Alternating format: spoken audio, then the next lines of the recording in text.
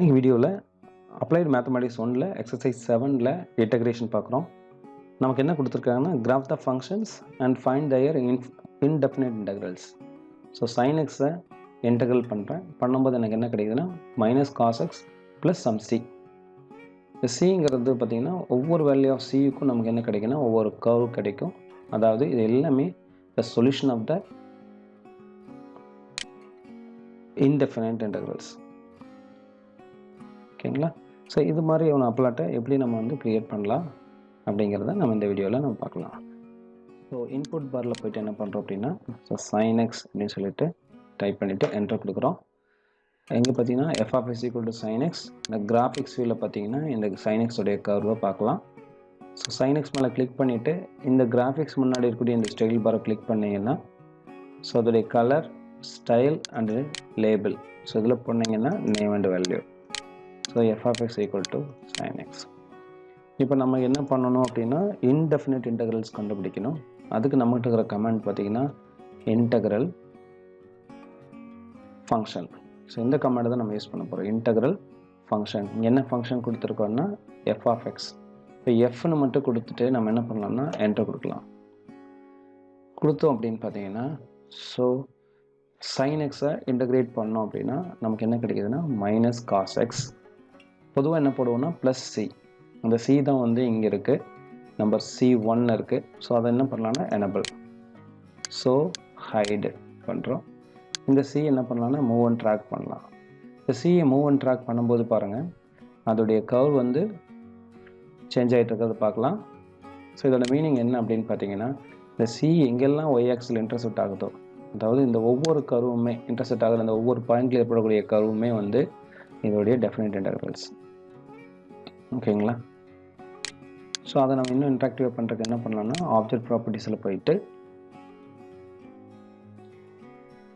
போனீங்கன்னா உங்களுக்கு இந்த ஸ்லைடரோட ப்ராப்பர்ட்டிஸ்லாம் ஸ்க்ரீனில் அப்பியர் ஆகும். இதை நம்ம கொஞ்சம் லார்ஜ் பண்ணிக்கலாம். ஸோ இன்க்ரிமெண்ட் 1ன்னு கொடுத்துட்டு இதை க்ளோஸ் பண்ணிக்கலாம். இப்போ சி என்ன பண்ணுங்கன்னா ரைட் கிளிக் பண்ணி அனிமேஷன் ஆன் பண்ணுங்கள். ஓகேங்களா? திரும்ப இங்கே பாருங்கள் ப்ளே பாஸ் பட்டன் வந்துடுச்சு. இதை நம்ம வேணால் பாஸ் பண்ணிக்கலாம். பண்ணிவிட்டு இந்த கர்வை ரைட் கிளிக் பண்ணி இந்த கர்வ் மேலே கிளிக் பண்ணி ரைட் கிளிக் பண்ணி ட்ரேஸ் ஆன் பண்ணிக்கிட்டு இப்போ நீங்கள் ப்ளே பண்ணுங்கள்.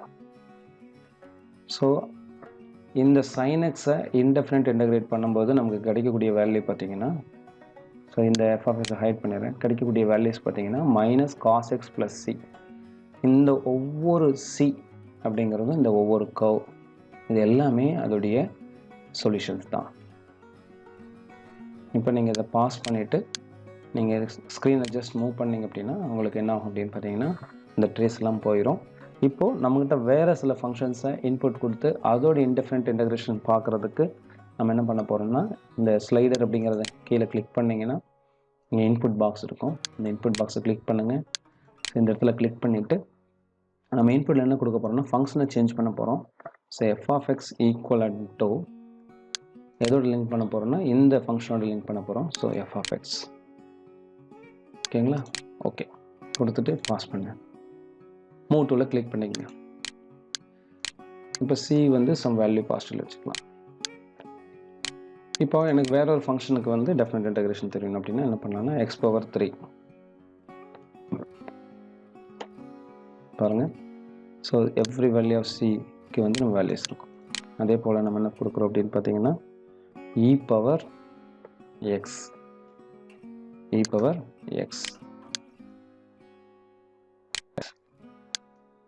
ஸ்க்ரீனை ஜஸ்ட் மூவ் பண்ணிவிட்டு அடுத்தது நம்ம என்ன பண்ணுறோம்னா காஸ் எக்ஸ் பார்த்தீங்கன்னா நமக்கு சைன் எக்ஸ் ப்ளஸ் சி. இந்த வேரியஸ் சியும் நம்ம பார்க்கலாம். அடுத்து என்ன கண்டுபிடிக்க போகிறோம் அப்படின்னு பார்த்தீங்கன்னா சீக்கண்ட் ஸ்கொயர் எக்ஸ். என்ன பார்த்தீங்கன்னா சீக்கண்ட் ஸ்கொயர் ப்ராக்கெட்டில் எக்ஸ் கொடுத்துட்டு பார்த்தீங்கன்னா சீக்கண்ட் ஸ்கொயர் எக்ஸ்னால் என்ன வருது tan x + 1. ஓகேங்களா? இதே போல் என்ன பண்ணுறோம் அப்படின்னா அடுத்தது கொசிக்கண்ட் ஸ்கொயர் எக்ஸ். கொசிகன் ஸ்கொயர்ட் எக்ஸுக்கு நமக்கு கமாண்டில் இங்கே இன்புட்டில் இஷ்யூ இருந்துச்சுன்னா நம்ம என்ன பண்ணலாம்னா கொசிகன் எக்ஸ் நம்ம எப்படி எழுதலாம்னா 1/sin எழுதுவோம். அப்போது 1/sin ஸ்கொயர்